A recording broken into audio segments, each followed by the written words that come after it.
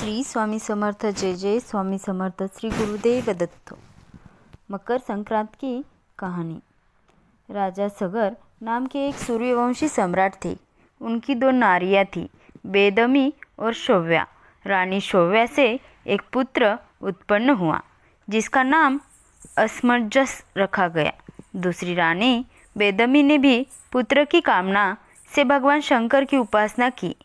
कुछ वर्ष बीत जाने पर उसके गर्भ से एक मांसपिंड की उत्पत्ति हुई। उसे देखकर वह बहुत दुखी हुए और उसके भगवान शिव का ध्यान किया।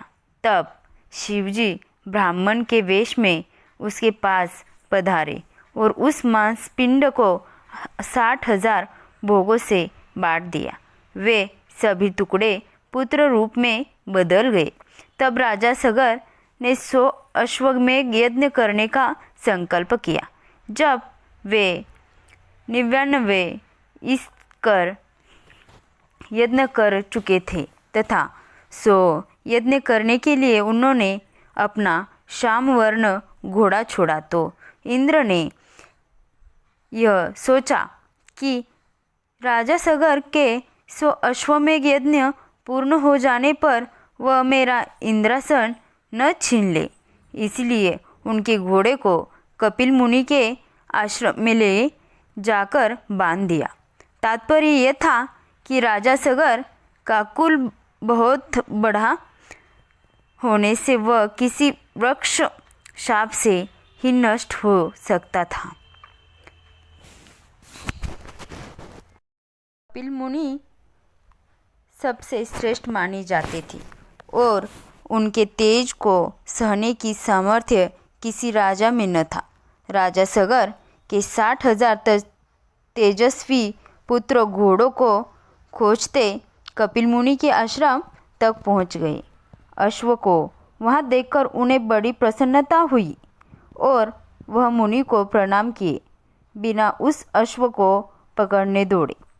अपना ऐसा अनादर देखकर कपिल मुनि क्रोध में आ गए। उस क्रोध भरी दृष्टि से ही वह क्षण भर में वहीं पर भस्म हो गए। ये समाचार सुनकर राजा सगर की आंखों निर्तत जल बहाने लगी। वे दुखी होकर घोर जंगल में चले गए। तब उनके पुत्र असमंजस ने अपने भाइयों के उद्धार के लिए एक लंबे समय तक तपस्या की, लेकिन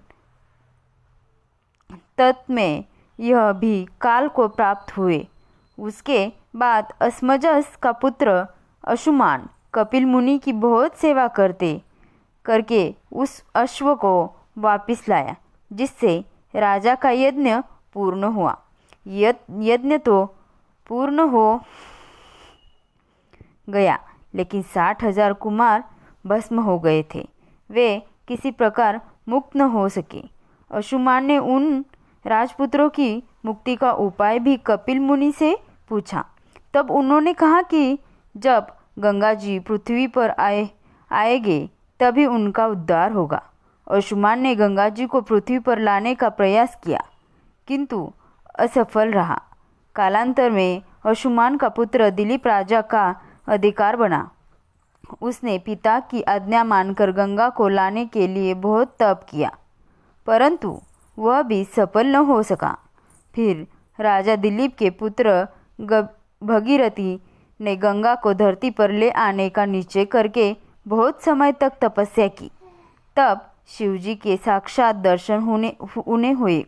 उनकी दिव्य झांकी पाकर भागीरथ ने उन्हें बार बार प्रणाम किया और स्तुति की। उन्हें भगवान से संभिष्ट वर भी मिल गया।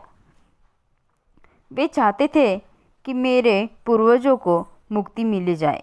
भगवान ने गंगा से कहा, हे सूर्येश्वरी, तुम अभी भारतवर्ष में जाओ और मेरे आज्ञानुसार सगर के सभी पुत्रों को पवित्र करो।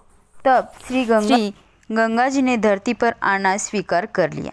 जिस समय गंगा पृथ्वी पर आने को हुए तो उस समय उनके वेद को संभालने के लिए शिवजी ने उन्हें अपने मस्तक पर धारण किया और वे गंगाधर के नाम से विख्यात हुए।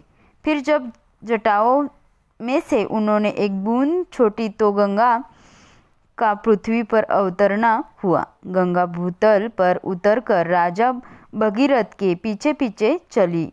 गंगा के वेग के कारण मार्ग में ऋषि का आश्रम बह गया। तब मुनि कुपित हो गए और सारी नदी का आचमन कर गए। तब फिर भागीरथी की आराधना से जब मुनि प्रसन्न हुए तो